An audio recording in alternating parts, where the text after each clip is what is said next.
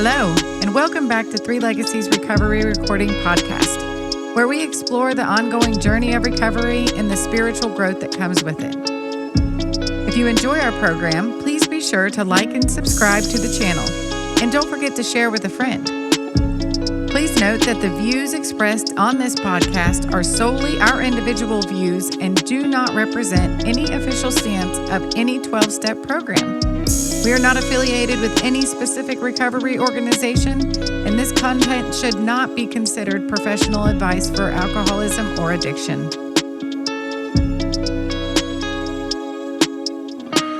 Hello everyone, this is Paul with Three Legacies Recovery Recording Podcast with a quick note before we get started. The opinions shared by our guests are their own and do not necessarily reflect the views of our podcast. Our goal is to simply provide a platform for honest, open conversation. We don't make any money off YouTube or any of the other platforms. This podcast is completely self-supporting and we've spent a lot of money, time, and energy into it, simply just because we love doing it. We're not trying to make a profit, but we are trying to cover our upcoming expenses if that's at all possible. If you'd like to be a part of that, you can make a contribution at our Venmo, which is Recovery Recordings 615. We'd like to keep this commercial free. Thank you. Hello everyone, welcome back to Three Legacies Recovery Recording Podcast. I'm your host Paul. Today is August 7th, 2026. This is episode 124. If you'd like to reach us, you can reach us at our email address, which is recoveryrecordings615@yahoo.com. Get over and send us maybe some talks or suggestions on people you'd like to have on the show. I love hearing from people. So you can find us. We have a private Facebook page, which is Three Legacies Recovery Recordings Podcast. Get over there and send us a request. You can also find us on Audible, Spotify, iHeartRadio, several other major platforms. And let's see, upcoming events. We have Mary Thayer from Tampa, Florida is coming on, and she's going to be coming back on the show, actually. It's going to be next Sunday, I believe it is, August 16th. So that's going to be a fun episode. She's going to bring one of her dear friends with her, Misty. Also, I'd like to make just a quick little announcement. I think some of the listeners have been wondering what's going on because we have been, the last month or so, we haven't had as many episodes as usual. My grandfather unexpectedly passed away on Father's Day, and I've been doing a lot more traveling than I was expecting. And, so just bear with us. We still have a lot of stuff planned. And I've just been traveling to the other side of the state periodically and just doing stuff with family. Keep my family in your prayers, my grandmother in your prayers, my everyone in Chattanooga. Also, we had me, Kurt Z, Shannon B, and Nicoletta D we had a series that we had planned, and then we had to put a hold on that. So we did 3 episodes on that, where it was a series on manifestations of self. And that was real fun, but we had to put that on hold for a later date. I think we're going to try to get back into some of that stuff back in December. So I appreciate everybody's patience again. Let's see, my prayer today is that something spoken here touches someone's heart, draws them closer to the Spirit, and helps them receive strength needed to keep moving forward towards healing, hope, and renewal. And I am super excited about tonight's guest. We have Judy L from Westminster, Colorado, and Sheldon F from Las Vegas, Nevada. How y'all doing tonight? Yeah, appreciate y'all so much for joining me. I was just telling for the listeners, I was just talking to Judy and Sheldon about how this whole thing came about. I don't know. Have y'all ever met? Y'all haven't met yet. Yeah, have you met? Briefly? Yes and no. We've met, but Sheldon wouldn't remember it. I was admiring in the thank you line. Okay, nice. Nice. Yeah. That's awesome. How this whole thing came about was Judy. I've had both of Judy and Sheldon both on the podcast in the past, and loved it. And me and I was back in April, I think it was. Yeah, April. Sheldon and my sponsor did the men's retreat, the Usual Suspects, and I was just moved the whole weekend. And walking out of that, the following week, I just had a spiritual nudge, and here we are. I'd sent Judy and Sheldon a message saying, "Hey, I'd love to do a couple episodes at least, and that's what we have going. So we're calling tonight's episode "Accepting Spiritual Help," and then we have another episode on August 28th, and it's a miraculous demonstration of that power in human lives. So here we are. How y'all doing? I know Sheldon had just got married. How's that going? 2 months, huh? It will be 2 months and 4 days, Nice. and it is wonderful. She's an amazing human, and I don't know if you guys remember Angie Dill, but I'm going to steal her line. What is amazing about her is that we're both on the same page. We're both obsessed with my happiness. Yeah, no, no, that's funny, dude. That's funny, dude. Priceless. Nice. Well, congratulations on that. And then Judy, was it 36 or 37 years with Lou? 37 years yesterday. Wow, that's freaking amazing. Yeah, That's wonderful. Congratulations. We met on AA campus. Nice. Boy meets girl. Yeah, nice. Very cool. Yeah, so for the listeners, we haven't really had any kind of conversation on this. We invited God into this, or we acknowledged the presence of Him when we started this, and we're just going to see what happens. Accepting spiritual help. We literally came up with this title just maybe a week ago over a text message. So I'll tell you, the common theme for me when I think of expecting spiritual help, I periodically go to a treatment center, right? And I always think about how, and usually the whole room can connect with this, but I always think about the idea of what I needed in life was a spiritual awakening. Whenever I came into the program, was just not on it was not even heard of, right? I thought it was, if I quit drinking, long enough, the whole spew. If I quit drinking long enough, next thing you know, I can start saving a little money. I'll get a decent job. I can start showing up at work, et cetera, et cetera. And, to be honest with you, I didn't even want to get sober, to be honest with you, this time. I thought like, what are we going to do? Just sit around and not drink, right? I had no clue that idea came from, not being connected to something. I was just miserable, right? And, so just the whole idea of accepting spiritual help was just, unheard of, right? And luckily, in my personal experience, there was some men that had been sober for, 20, 30 plus years that found an interest in me, right? That was like, kept showing me attention, kept grabbing me, taking me to outside meetings, et cetera. They were always showing up in my home group. And those men knew way more about me than I knew about me. That's just what I should say, right? And they were willing to share their life with me, and that's really what took a hold. I was not, I generally did not, take suggestions until my ass got on fire. Sorry for that language, but yeah, I had to keep running. I had to hit a whole lot of walls, and then finally I got to a point where I was kind of threw my hands up and was like, all right, I get it. I need help, and that's how it looked for me in the beginning. So, I was just going to kind of touch on that. So that's what I think of whenever I think of accepting spiritual help. I didn't realize how much I needed that until I had a little bit of time in the program, right? And so Judy, I think we're going to start with Judy. What comes to mind when you think of this? Oh, I'm always embarrassed at this topic, frankly, I'll tell you right off the bat. And I'm always embarrassed because I love a different story. I'd love to come in with fire on my bum and ready to rock and roll. And what happened was that isn't at all. I came into everything backwards. So I'm nobody's example of how to do this. Came in everything backwards. I came to AA and drank for a year, but didn't know it was a slip because I hadn't tried to stop. I didn't know we were supposed to stop drinking. Nobody ever told me that part. And the reason nobody ever told me that part was because I never said anything. I walked in and I walked out. I walked in and I walked out. So it's a long story. I don't want to take your time to do this, but I was married when I eventually began to get a higher power issue. I was married kind of the opposite of the way most of our stories run. I'm not trying to be different here. It's just how it worked out.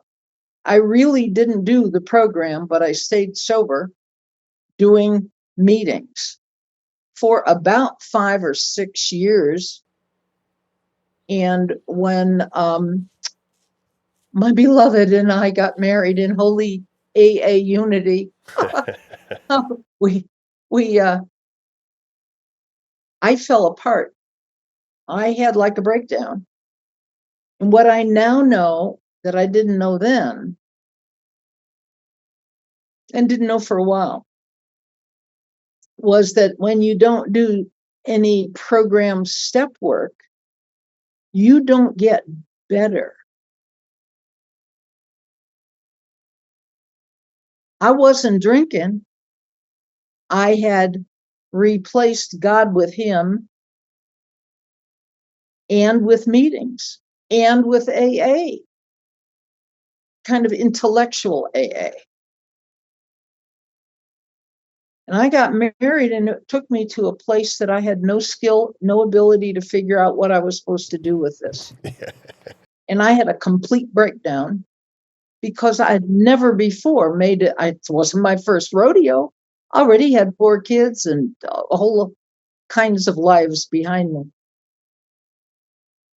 But I had never accepted in my soul the fact that I was an alcoholic. I was, in my mind, just a heavy drinker.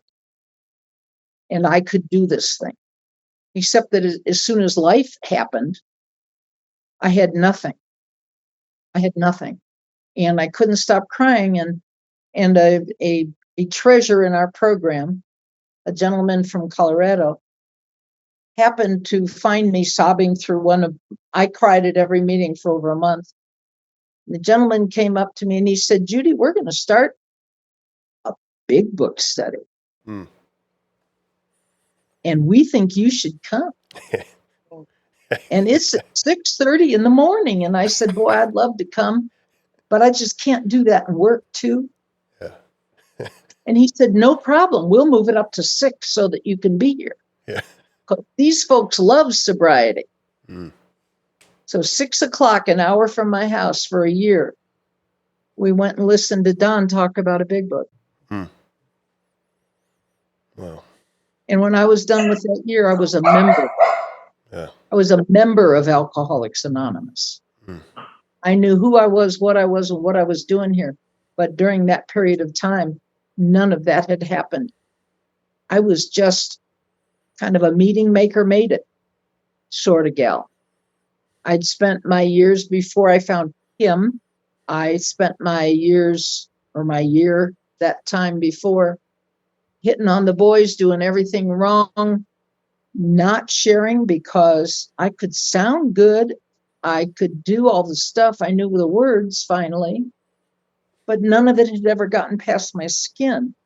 It had never gotten to the place where it was part of the soul of what drove me, if that makes any sense. Mm. So I'd never grown a lot. And at that point, I began to have to work a program. But a caveat, I've had religion all my life. I've had several religions all my life. And it's really hard for some of us who've had a deep dive into multiple religions. I have a very interesting, to me, kind of background. So I have an Italian Catholic father and an Irish Methodist mother and a Russian Jewish stepfather.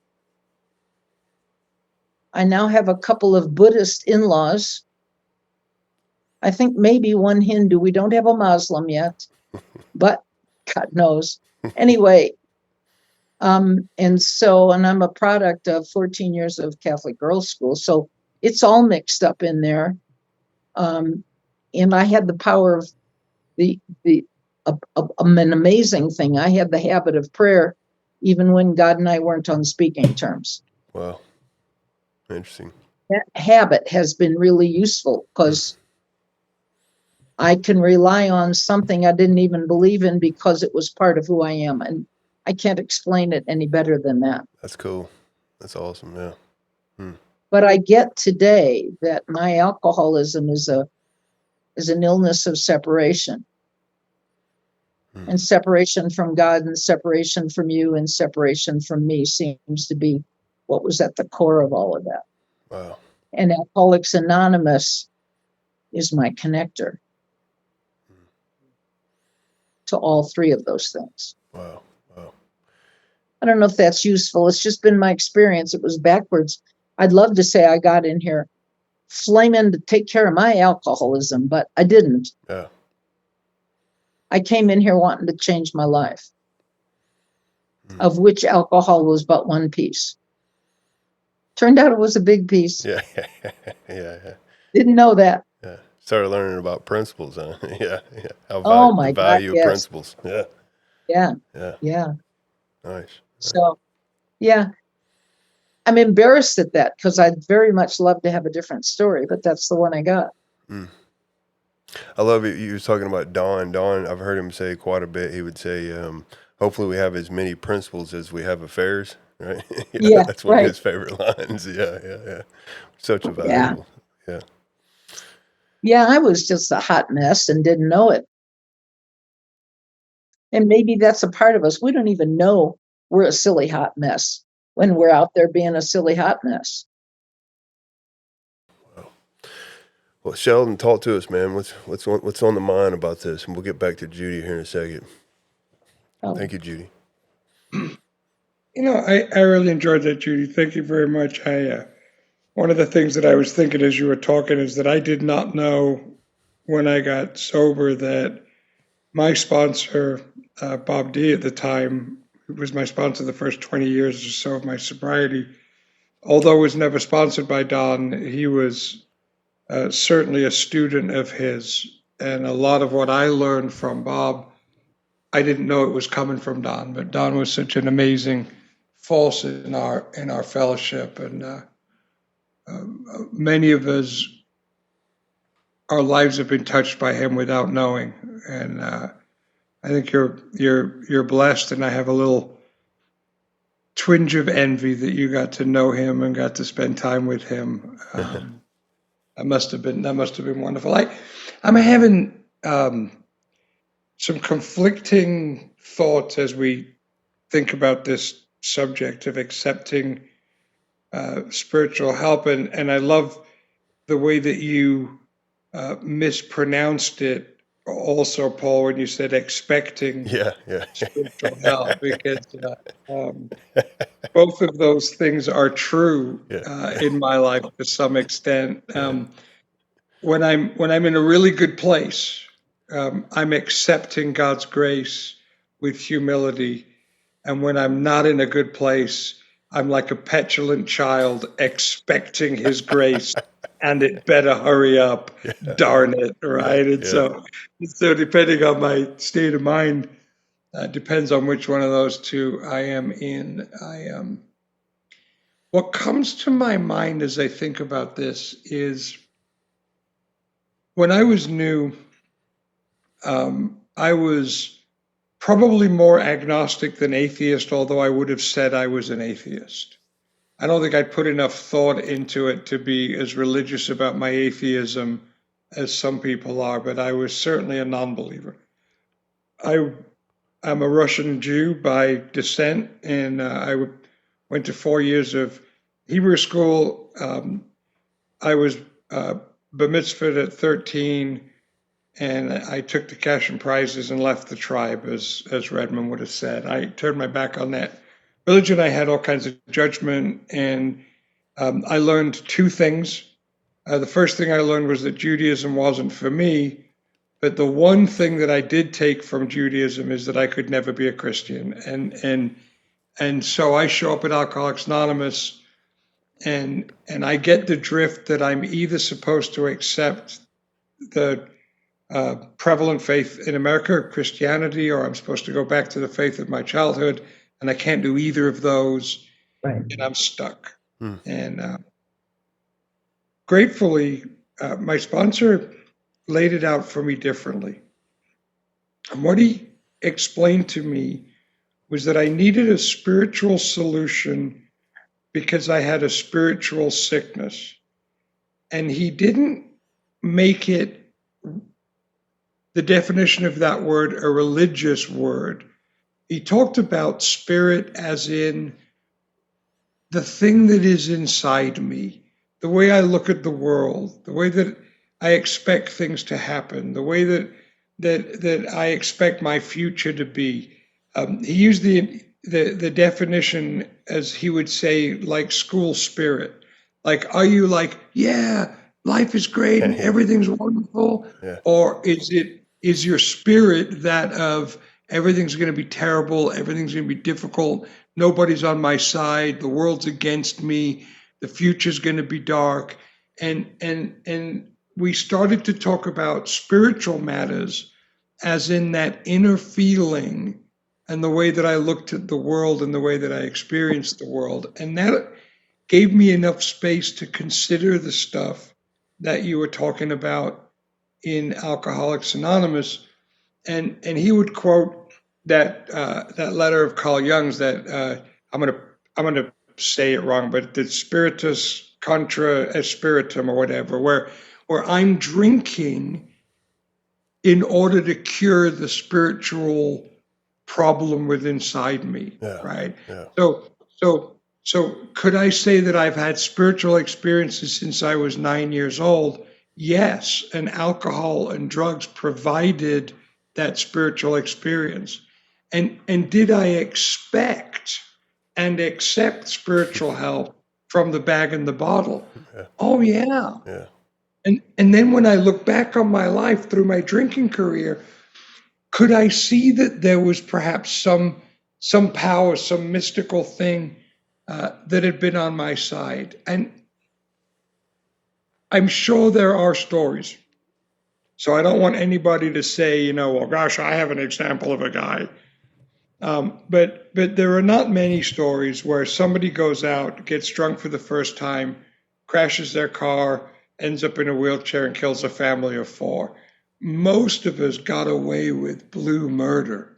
Most of us lived our lives in such a way where it was near misses and dodging bullets and minor scrapes that should have been terrible. And that there was always this power in my life. And it was conversations like that made me go, maybe. And what do I need? What am I looking for? What is it that AA can do for me? And I think, like most newcomers, I thought I would come to AA and I would get sober and I would get the cash and prizes, that my life would become romantically and financially incredibly successful, and that I would be wonderful, and that was what was going to happen here, and that God was going to create a set of circumstances that would change my life so my outlook on the world would change. When in fact that's not really been the story, and later in the conversation I'll flush it out a little bit more, but I think that what AA has done for me is what is promised in the doctor's opinion, is that it has done for me what drugs and alcohol used to do for me, that it has made the problems survivable, and it has made the wins more joyful, and it has made the average times more acceptable. And so really, what am I looking for from God now? I'm looking for from God the same thing that the bottle used to provide for me. Ease and comfort, that sense of ease and comfort, yeah. It used to come from taking a few drinks. Yeah. Yeah, I love that.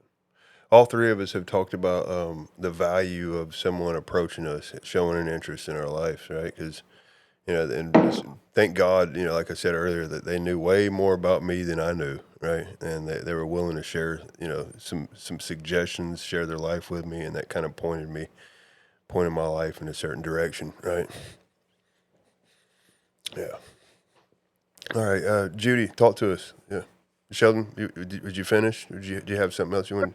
Okay. No, go ahead, Judy. Judy, talk to us.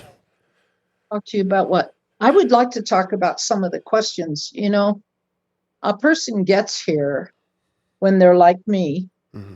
and maybe like more of us, we're rebellious and we're defiant and we're beaten up, but we're still defiant and arrogant. all those things at the same time. Yeah. And what I bring to this is intellectual arguments, because intellectual argument is what I know works to keep me safe and separate. I had the same questions then that I have now, by the way. The questions are still there. I had to find a way to set them aside enough to discover a different spiritual truth that wasn't couched in my intellect. I have a lot of religious education and exposure to different things. I could do some Jesuitical kinds of questions, you know. I know how to do that. I mean, I think that way, actually. It's not that I know how, I think that way. I've got a lot of questions, but I don't have a lot of answers. And the search for those things got in the way of my accepting the simple kit of spiritual tools, if that makes sense. Yeah. They just frankly got in the way, like a steel door would come down. And I would say, yeah, but my hair's on fire. Yeah, but I can't take a third step prayer. What is this business about God's will taking over my will? What am I going to be? You know, the Planet of the Apes or something? You know, I just couldn't see things like God's care. It was really hard because I felt as though that had to happen first. And that isn't the way it worked out for me. Explain that real quick. What do you mean? You thought what you felt like what had to I happen had first? to understand the God thing in order to get spirituality. Gotcha. And I don't think God is the same as spirituality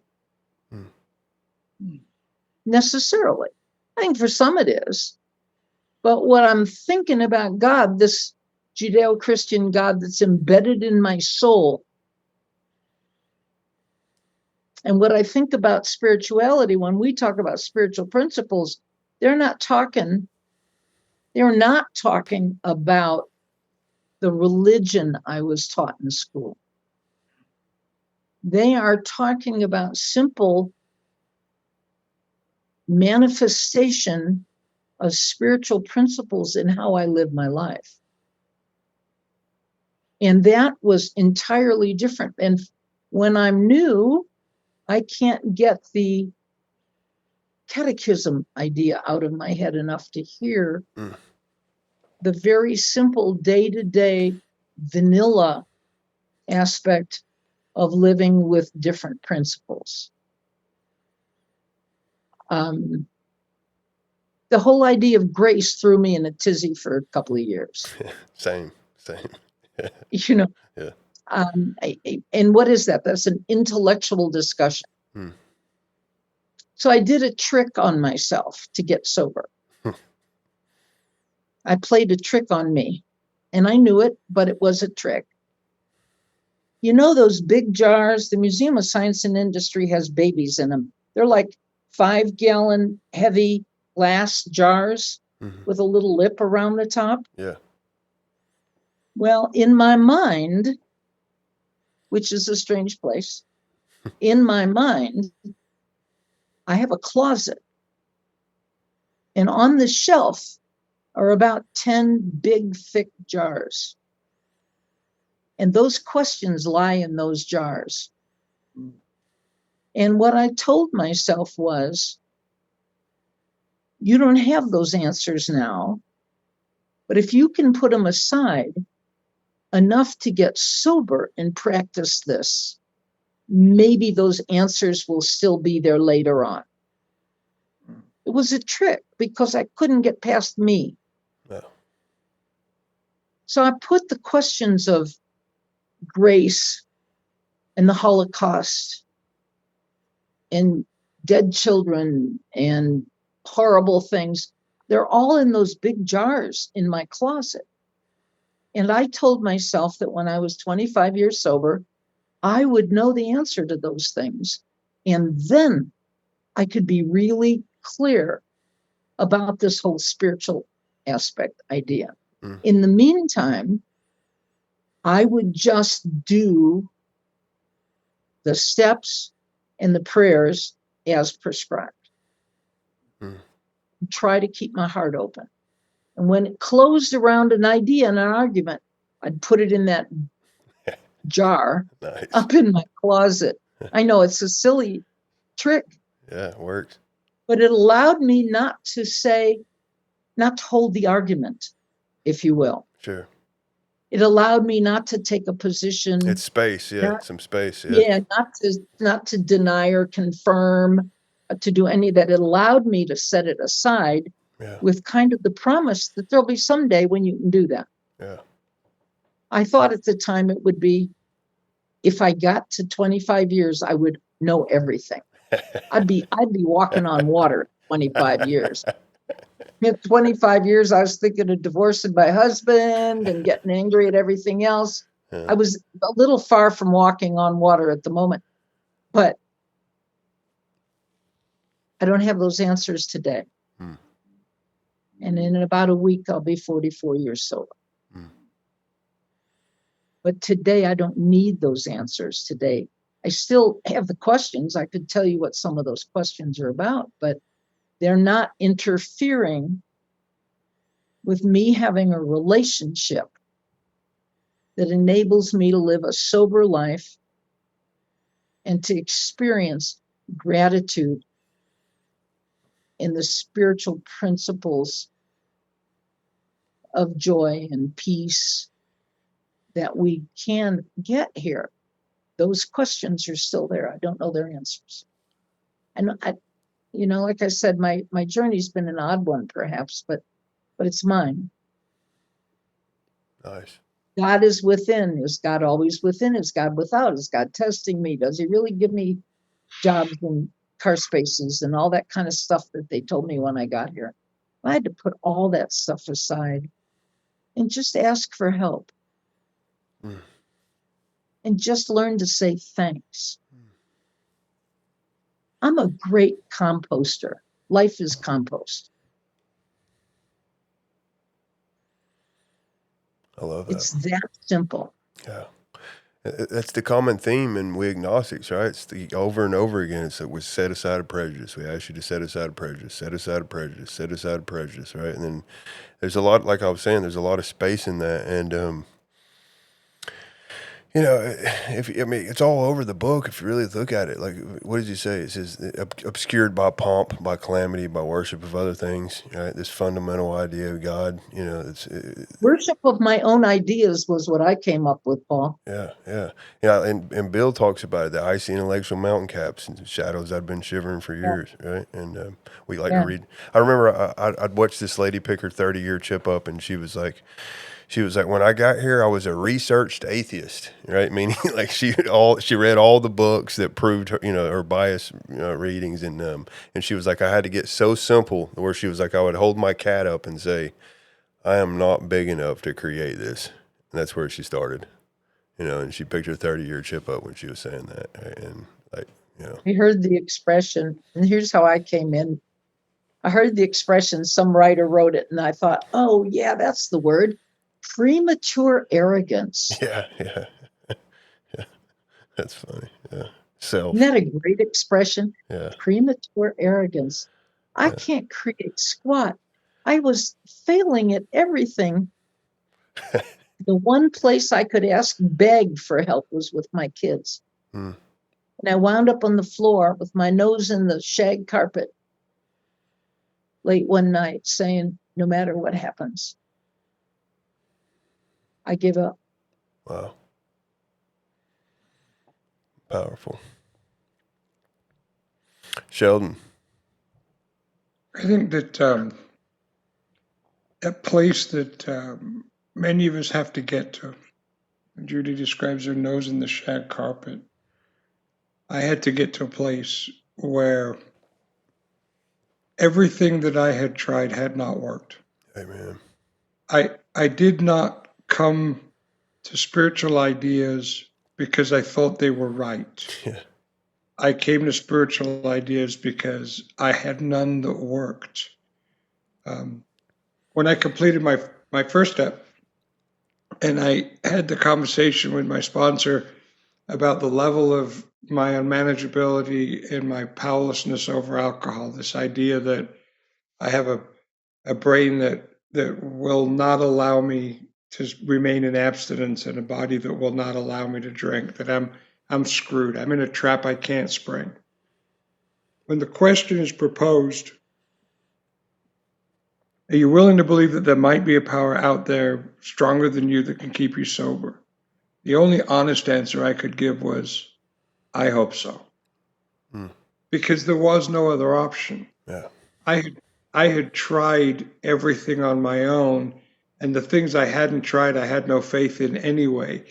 I showed up in AA after 3.5 years of going in and out of the program. But when I showed up in July of 96 and I met this man that was to be my sponsor, I knew that unless he had something different, I was going to drink again. And it wasn't going to be years, it was going to be days, because typically it was 8 or 10 days or 2 weeks at the most, and I ended up drinking again. Yeah. And so when I came to this idea that there was a power here that was greater than me, I didn't come to this idea as, yes, okay, it's God. Oh, I wish someone would have told me that earlier. I would have turned my will and my life over sooner. I can't believe you guys have been hiding that from me this whole time. And it was more like, well, I don't think so, and I doubt it, but I'll do whatever the heck you want me to do. And really, that second step question of, do you now believe, or are you even willing to believe? The answer was, I don't believe. I don't know if I'm willing to believe, but let's go looking. Let's go looking. And so this phrase that we use sometimes in meetings, and new people will hear it where we say, act as if. We don't mean act as if you're okay. We want you to tell us you're not okay. We don't mean like the boy whistling in the dark, right? Feel better, work better. We don't mean act as if that. We mean, let's act as if God exists. Let's, even though you don't believe in God, and this is the way that it was explained to me. Even though you don't believe in God, could you imagine what the actions a man might take that did believe in God? Yeah. And can you do that? Yeah. and it was said to me on more than one occasion when I'd call my sponsor with a problem at work or in a relationship or my home group or whatever was going on in my life. And he would say to me, well, Sheldon, in this situation, what would a man do that believed in God? Not you, Sheldon. Yeah. But a man that believed in God. What would that person do? Yeah. And we could talk about it, and in practical terms, we could say, well, he probably wouldn't tell that person to go get stuffed. He probably wouldn't steal that. He probably wouldn't react that way.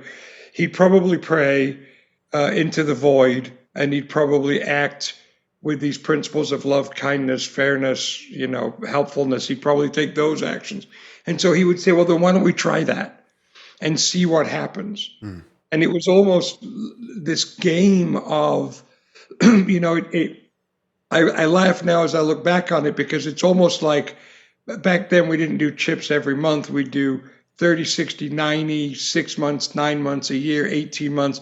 And it was almost like at those chip increments, right? Then we would let's check your life, Sheldon. Is it getting better or worse? Yeah. If it's getting worse, right, we'll free you to go get drunk. But if it's getting better, maybe God exists. And it was experiential. Mm-hmm. And I was about 2 years sober. And I remember this clear as day, driving up to my sponsor's house for a book study that he had at his house.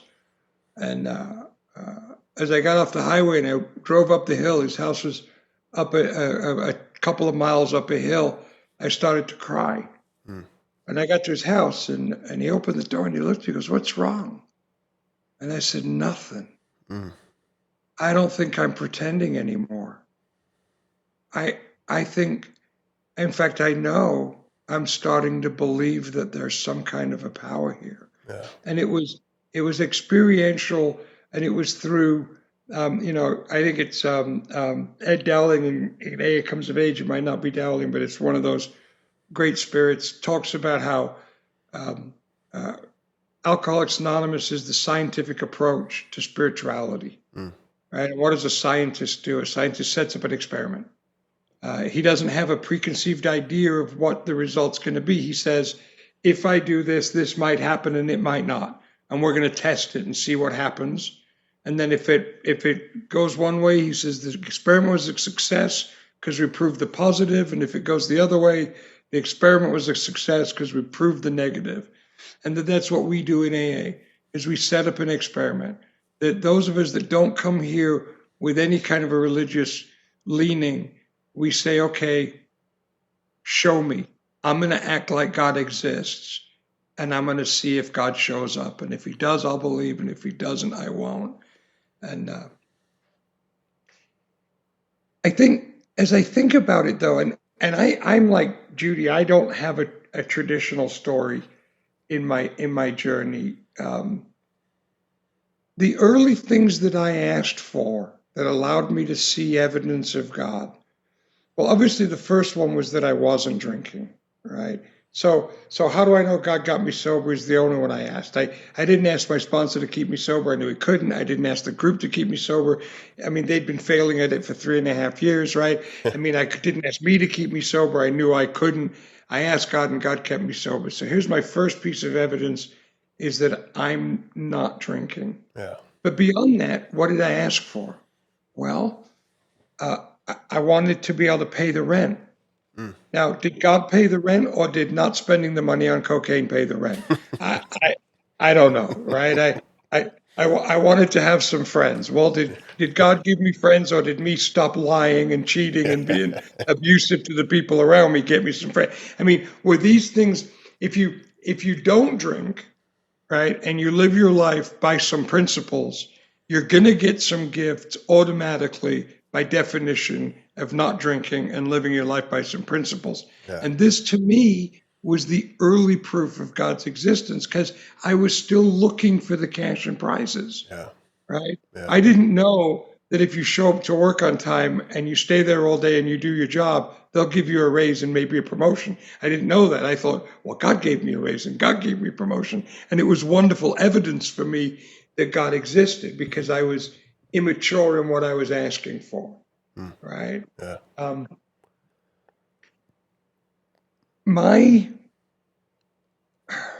It's so funny that I've been sober a little while, so to call it my early sobriety, it wasn't really all that early. The first 18 years of my sobriety, I was like a rocket ship. I mean, I got sober, I quit burning my life to the ground, and I got promoted, and I got married, and I had a son, and I bought a house. And I'll tell you what happened to me is I started to get convinced that if you didn't get those things, it was because you'd missed stuff on your 4th step. And if you didn't get those things, it's because you hadn't done your 9th step. And I have my AA resume, and we can count how many guys I sponsor, and we can compare it to how many guys you sponsor, and that's why you're not getting the gifts that I'm getting. And if you spoke at the conferences I speak at, and you had the AA resume I had, then you would get all the goodies that I'm getting. And then the wheels fell off. The truth is, I unbolted the wheels, is what happened. They didn't fall off. I took them off. And then I found myself in a place where I had to ask myself, is God everything or is he nothing? What is my choice to be? And that was an interesting time in my life, and maybe we'll talk more about it, but I don't want to eat up all the time here. So yeah, thank you so much. Yeah, I can relate. Yeah, one of the things I love about listening to you, Sheldon, is that you always it's not so polished as far as like everything's hunky dory. You get raw with it, you get intimate with it. It's like we say quite a bit. We're brothers in our defects. Like my sponsor always talks about how like one of the best gifts he gives me is the transparency, realizing that he's just as, just as human as me. I'm just going to say that, just as human as me, and it's so easy, especially like when you go to conferences or whatever, and you hear all these people talk about how hunky-dory life is because of this, and this, and it's just like, come on, like that's the reality of it is like we still suffer, we still have painful stuff. One of the things I walked away from the usual suspects was you had talked about how your marriage, years previously was you all were just friends, like pretty much roommates, right? And that really hit home, right? And I went and had a conversation, with my sponsor and my wife about it. Me and my wife since then have been actively working towards just growing together in different ways, right? And we started just doing all kinds of different things to help in that, because it just struck, when you go to one of these retreats or whatever the situation is, or whatever it is, your heart speaks to you over the weekend, right? And we always talk about how that has a shelf life. If you don't take some action on it, you may not, So I'm so grateful for that, and it's been really useful for me and my wife. And Judy, talk to us. Well, what I want to say is that spiritual stuff is so interesting, because the person I am 10 years ago and the person I am today is not the same person. Right. So it feels in a way like I was able to reach and accept what met my needs at one time. And then I float along for a while. And then life happens. Life always happens. And then I begin to appreciate what we have here at a really greater depth. Because this is where I get the ability to go deeper in all of these ways and come out the other side a different me.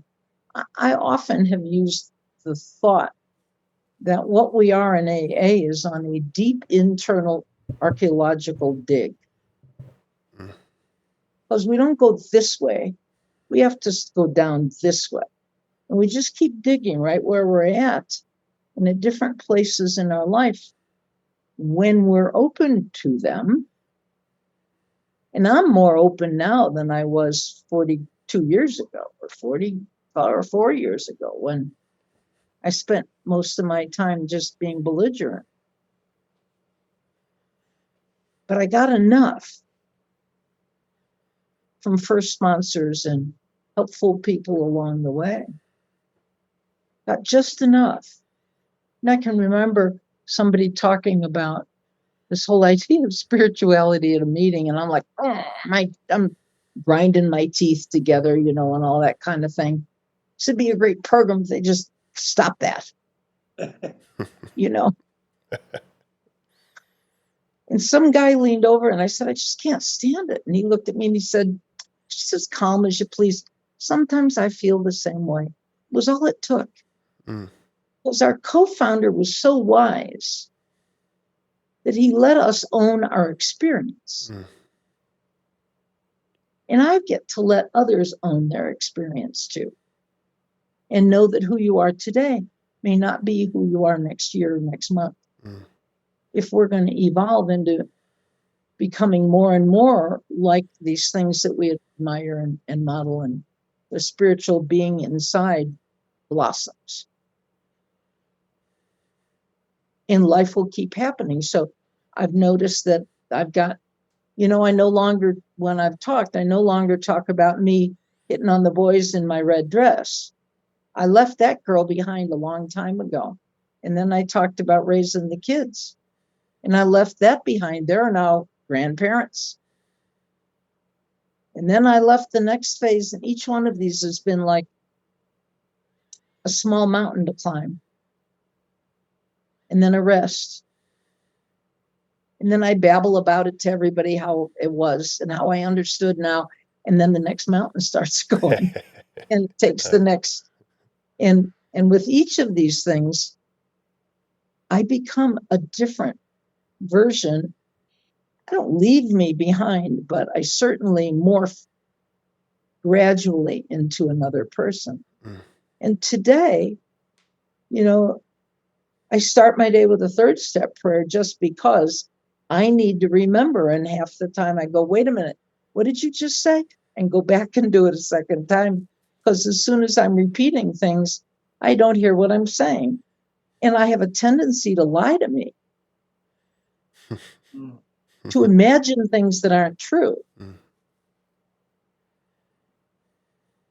I won't tell you the whole story, but I was practicing. I'm a lousy meditator, and I was committed to meditating. And I'm meditating away in the mornings, and I was telling people, I'm it was a joke. Other people get deep insights. Mary Thayer has wonderful insights. Tom Yule gets wide. Yeah, everybody I know has great insights. I get clean your closet. Nice. That's a good. So I told everybody, hey, I get clean your closet, and we all had a good laugh. And about a month later, after saying that innumerable times, it occurred to me, maybe I was supposed to clean my closet. Yeah.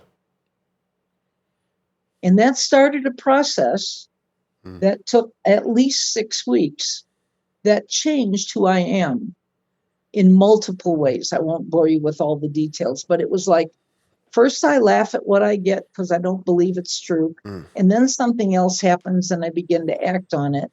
And then something else happens. And little by little, I'm following rose petals down a path somewhere. And in doing it, I'm a different person. And I've had that happen a couple of times. So what are the essentials of this kind of a spiritual experience? Is don't give up. Let yourself be. What was it Sheldon said? Am I even willing? Am I willing today to give up the hand that was holding on to yesterday and to see what tomorrow might be in trust? Because we are not people who have trust. Yeah. We're not very trustworthy. And I think that's part of the problem with God. We don't trust because we can't trust us. And the second thing is I am terrified of the power that I so desperately need. And when I think something else has power and I am powerless, it's horrifying to me. Wow. It's different today, but that's where I came in. Yeah. Wow. Scared to death of power. What'll it do with it? It'll kill me. It'll hurt my children. It'll take from me what I love and want. That kind of, great defiance is built on that kind of fear. So who can I turn to if not to God? I think we have to be beaten down enough to be willing and maybe see a few sparkles along the way that give us hope. Nice. Yeah. Mary Thayer, she had talked about how I had her on the show a couple months ago, and she said that Sybil was at the first meeting she was at, right? She heard Sybil, the old speaker, talk, right? And she said, and she was like, every time she'd open her mouth, she was just cutting through that narrative, which I'd been identified for years and years and years, and for me, that's what it was. Like my relationship that I had with my first sponsor was way more, like, it just felt better. I'm a feel good junkie. Let's just be honest. I'm a feel good junkie. So the relationship, I would call him and kind of puke all over the situation, whatever it was. And he'd always like put the hand of a loving God in the mix when I wasn't looking through that lens. You know what I mean? And he had such a unique way of like adding God to the story, And like over time, like the first year or so, I remember I'd call him with another problem, and I started seeing like, dude, I am freaking crazy. Like everything I see is just completely flawed, right? Like I'm always looking at the negative, always like what y'all are already talking about. I just had a conversation with a sponsee this morning. I love saying this. But we're under no obligation to be the same person we was 5 minutes ago. You know, like at the beginning of this phone call, we can be completely different people, but we're so stuck looking through that lens of thinking, oh, we're just always going to be this way, right? And luckily, we, like I kept saying, was I had people that was willing to share their life with me that knew more about me than I knew, and like I don't know, I just slowly started trusting the guy, you know. I just started trusting him, slowly started trusting him, and that relationship was way better than the internal one I had, that I wasn't even aware of what all the craziness that was going on until that relationship really, started showing me a lot of that stuff. Even before I did inventory and stuff, it was like I'd stayed close enough to him over time where I started seeing like, just the insanity that it was going on inside of me, Yeah, Don't you think the demonstration matters? absolutely. I mean, Absolutely. I really see the face of God when I'm doing 12-step work. Best when I'm working with somebody else. And I can feel my own humility. And the part of the reason for that is that I pray first, always. Because I've learned Judy doesn't have the answers. Yeah. Every now and then you'd be sitting there with somebody in front of you, you go, oh, all right, God, what am I supposed to do with this? And oh my God, I don't know what to say. I don't know how to help. This is bigger than anything I know. You're going to have to step in. Yeah. You got me into this mess. Now you take care of it. Yeah. Because that's been my commitment. If I made all the bad decisions, so now if somebody comes into my life, I figure it's a God thing. It's mine to say yes. Nice. And then I sit down and just trust. I mean, that's a real complete reversal for somebody like me. But I learned I can't trust my mind. Yeah. But if I trust what the universe brings and the God that brings that, I have made so many better decisions along the way and not put myself in harm's way. I've not had to be afraid. Amazing thing. Yeah. Nice. Very nice. So enough out of me. Sheldon. Thank you, Judy. There's several thoughts in my mind right now. One thought that I know, Paul, you've heard me share this before, is that in Alcoholics Anonymous, sometimes we have conversations like we're trying desperately to overcome our humanness. That I want to become so good, so pure, so spiritual, such an amazing member of Alcoholics Anonymous that I am flawless and so surrendered and so serene and so good that I have overcome my humanness. And I am not trying to overcome my humanness. I am trying desperately to survive my humanness. I think that all people, we somehow got this idea that alcoholics have a special kind of neurosis and a special kind of narcissism and a special kind of selfishness and self-centeredness, and that somehow we're a different sect than the rest of the world. And I don't think that's true. I think I suffer from the same thing as my neighbor. The difference between me and my neighbor is that I temporarily found a solution in alcohol, and it turned out I had an allergy that meant I couldn't drink it. And so I burned my life to the ground. So now in sobriety, I'm trying to learn how to survive my humanness. And in the third step prayer, when I say, I give you my will and my life, what I think I'm saying is I'm going to stop making decisions. I'm going to turn over to God the ability for God, or in the beginning, my sponsor, to make decisions so you can take my life and you can create something out of it that's wonderful, something that will be addition. Again, the cash and prizes, right? If I'm doing something right, I'll get the bigger house, the fancier car, the better looking girl, the better job, the nicer clothes, because I've turned my life over to God, and God then should do amazing things with my life. And that's not what I'm turning over to God at all. Mm.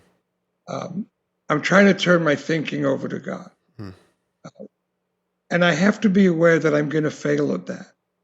How do I know I'm going to fail at that? Well, because in step 10, it's going to say when these things crop up. And if I'd been successful in step 3, they wouldn't crop up. Selfishness, self-centeredness, dishonesty, and fear would be gone because God had my thinking. So I'm going to fail at that. And I'm going to fail at my life. And what do I mean by my life? I mean my reactions. The way that I react to the things that life throws at me.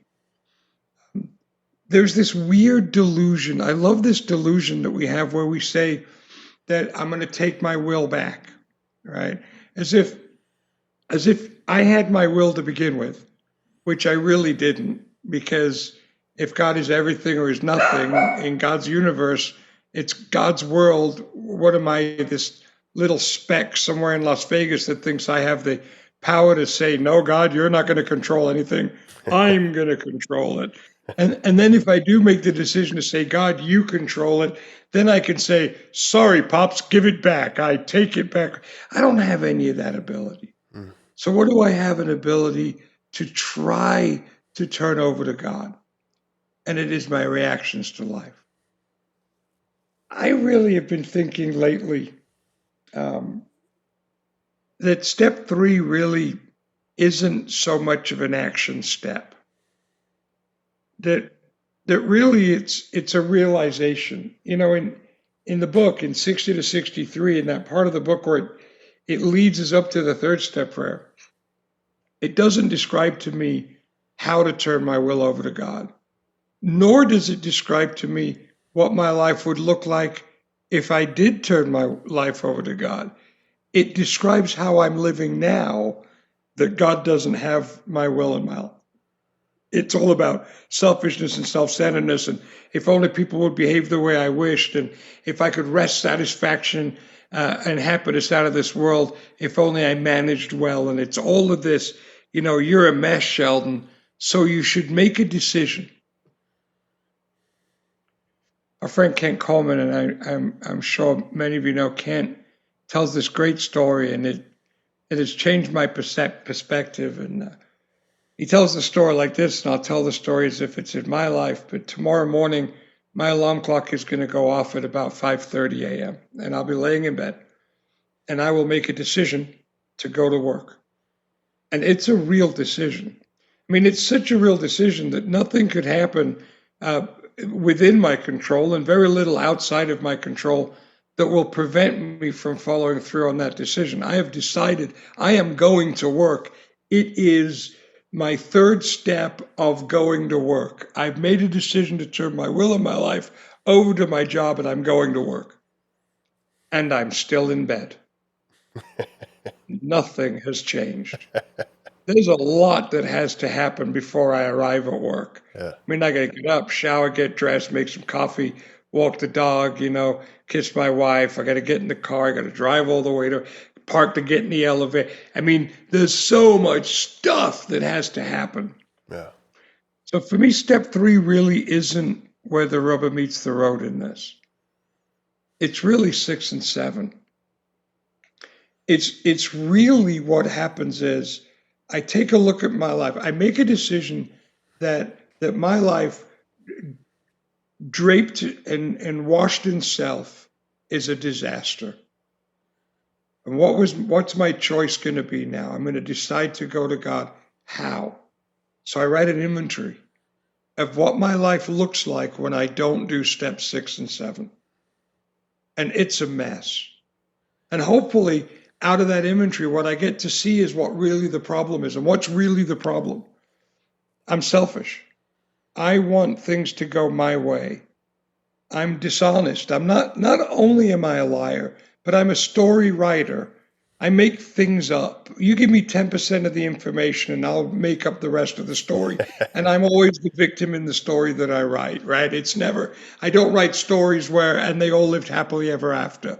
It's always terrible, right? And I'm self-seeking. I do things without paying any attention to other people and the consequences in order to enhance my life. Mm. And I'm afraid. I'm afraid of what you think of me. I'm afraid that I won't get stuff that I want. I'm afraid I'll lose stuff that I have, which is a trap. Because if I'm afraid I won't get something I want, if I get it, now I'm afraid I'm going to lose it. So addition is never the answer. It just changes the name of the fear. Mm. And so in step 6, what they say to me is this. They say, Sheldon, we've identified the problem. The problem is the way you look at the world. That's the only problem. Because human beings are wanters. That's what we are. We're wanting machines. And it's not always bad.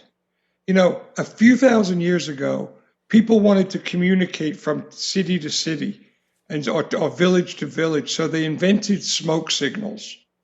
And if humans weren't wanters, this conversation would be taking place via smoke signals. But because we wanted better communication, we ended up with phones and cell phones and now computers and Zoom. And who knows, we may end up in three-dimensional effigies of ourselves having conversations, right, in the future. So wanting isn't necessarily bad. But I'm a wanter. And I'm afraid I'm not going to get, and I'm selfish and I'm obsessed. And this is the problem. So I have to make a decision in step 6. And the decision is this. If I'm willing to see from the inventory that my reaction to life is the problem, am I willing to ask God not to change the world, but to change my reaction to it? Am I willing to ask God to allow me to be okay in my current situation? And I have to be honest, sometimes the answer is no. Sometimes the answer is no. And when the answer is no, I will continue to bang my head against the wall, continue to inventory, continue to notice the problem, and then ask the question again, am I willing to have God let me be okay in the current situation? And if the answer ever becomes yes, then I can do what we call step 3, but is really step 7. And I can ask God humbly to remove my desire for things to be different. And then in step 10 and 11, I try to make sure, in step 8 and 9, I clean up the mess I made by not living in 6 and 7. And in step 10 and 11, I make sure I'm still on a 6 and 7 track. Everything I do in AA is 6 and 7. The whole journey is about 6 and 7. And in step 10, it says in the 12 and 12 that it's a spiritual axiom that anytime I'm disturbed, there's something wrong with me. That I have to get to a place in my life where I'm willing to say that everything that is wrong in my life is based on my reaction and my inability to accept the current circumstances the way that they are. It doesn't mean I quit wanting. I'm supposed to want, but I have to be okay if the answer is no. And then if it's a spiritual axiom that anytime I'm disturbed, there's something wrong with me. It says in the book, it says that we pause when agitated. Agitated and disturbed, they're the same thing. What do I do in the pause? I do the inventory. And I identify that it's selfishness, dishonesty, self-seeking, and fear. And then I ask myself the question, am I willing to have God let me be okay in my current situation? And if the answer is no, I continue to bang my head against the wall. And if the answer is yes, I give it to God humbly. And in my current situation right now, I'm struggling in the area of work. I've been in a sales position now for the last 8 months, and I have been unsuccessful. I am not selling, and there are people around me selling, and I'm not selling. And so the question becomes, okay, Is God not allowing me to sell because he doesn't want me in this position? Am I doing things wrong because I'm stubborn and afraid and not allowing myself to sell? Am I supposed to be in this position to learn something or to help someone, or eventually I'll sell?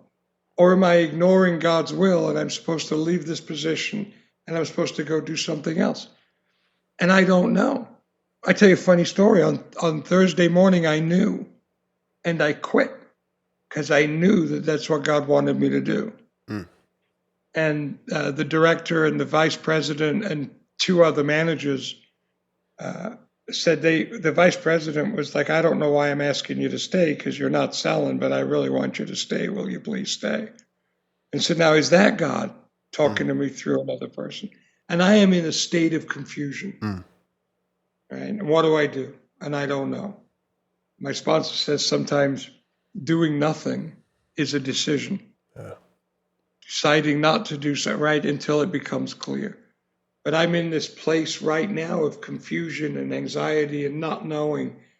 And so for me to turn my will and my life over to the care of God in this respect, it's for me to try and react as well as I can in the circumstance and not be a spoiled brat, which I want to be. I want to be in the middle of my job and kick my feet and pound my fists on the floor and yell and scream, but I can't, right? I just have to be here in the middle. And I don't know what the future looks like. So what does it mean for me to trust God? And this is a battle for me. There is current confusion for me around this.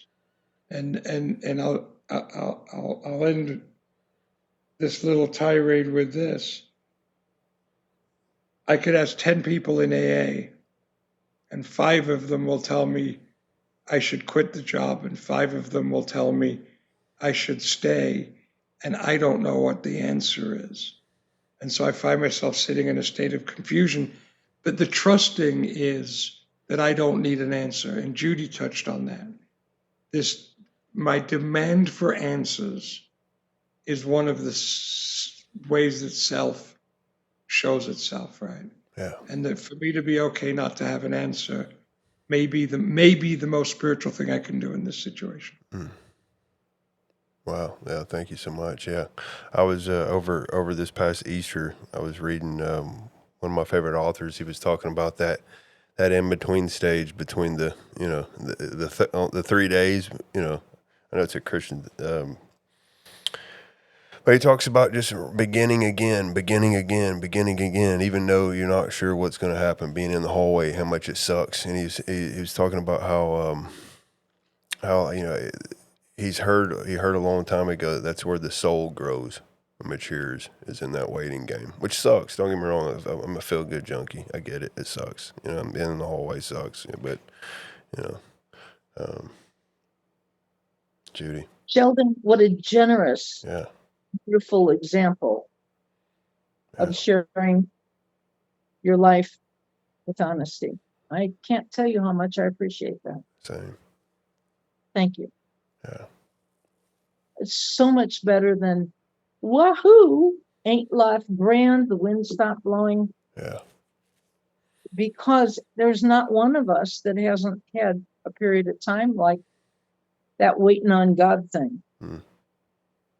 So I would like to share, I know we've only got a little bit of time, but I want to share a story with you then. That my husband was sponsored by Jerry E. Most people knew, he's passed now, but he was a marvelous man, just a marvelous man. Shared deeply and beautifully. And he had been a big time banker. His job was he went in banks in trouble and reorganized them, got everything squared away, got everybody new hired, and then went on to the next bank kind of thing. He was there for a couple of years. And he went through, as he was getting older, a period of time where his house burned down. He got cancer, his wife got sick. The stuff that happens in life. And he couldn't get a job. And he couldn't get a job anywhere. And finally was offered a job driving a truck on a pig farm. This is Mr. Banker. And when we saw him up at Fellowship of the Spirit, he said, you know what's happened? He said, I took the job.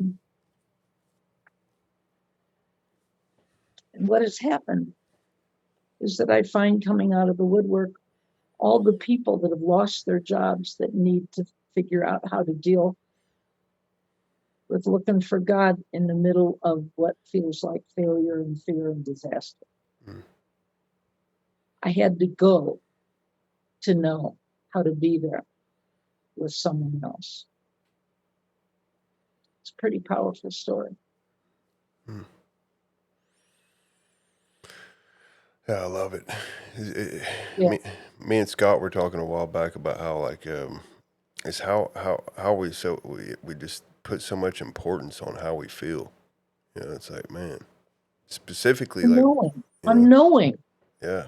Unknowing. We are people that are told from the time we're 4, what are you going to be when you're growing up? Where's your direction? Yeah. Yeah. What's your direction? Where are you going? Yeah. Well, no, this has been awesome, y'all. Thank you so much. I think we're pretty much we just met in the middle, y'all. It's an hour and 15, Sheldon. Yeah, we just met in the middle. Thank y'all so much. And I do want to say, I think we're all on a spiritual pilgrimage. Say that again. A spiritual what? Pilgrimage. Okay, explain that. We're spiritual pilgrims, trying to look to find a way to reconnect.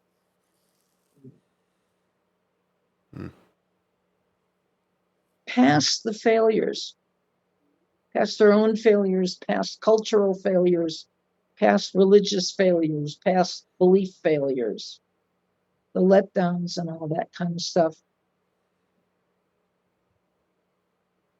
And then we build. I totally agree with Sheldon about 6 and 7.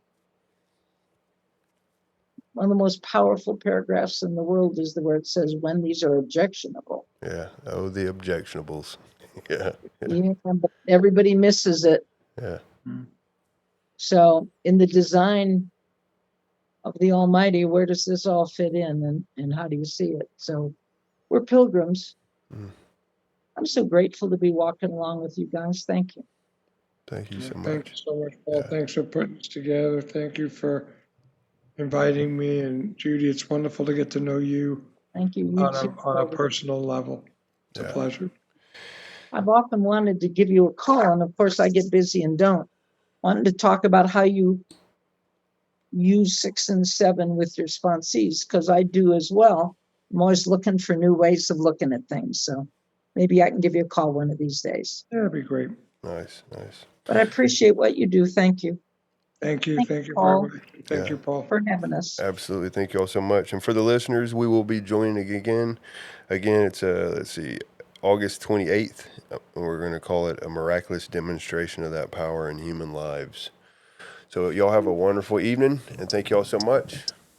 Hello, and welcome back to 3 Legacies Recovery Recording Podcast, where we explore the ongoing journey of recovery and the spiritual growth that comes with it.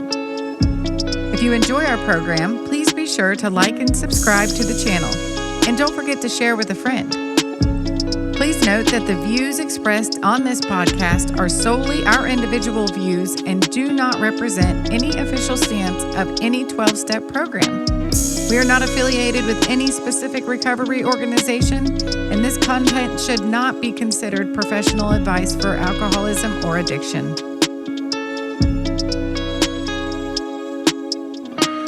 Hello, everyone. This is Paul with 3 Legacies Recovery Recording Podcast with a quick note before we get started. The opinions shared by our guests are their own and do not necessarily reflect the views of our podcast. Our goal is to simply provide a platform for honest, open conversation. We don't make any money off YouTube or any of the other platforms. This podcast is completely self-supporting, and we've spent a lot of money, time, and energy into it, simply just because we love doing it. We're not trying to make a profit, but we are trying to cover our upcoming expenses if that's at all possible. If you'd like to be a part of that, you can make a contribution at our Venmo, which is Recovery Recordings 615. We'd like to keep this commercial free. Thank you.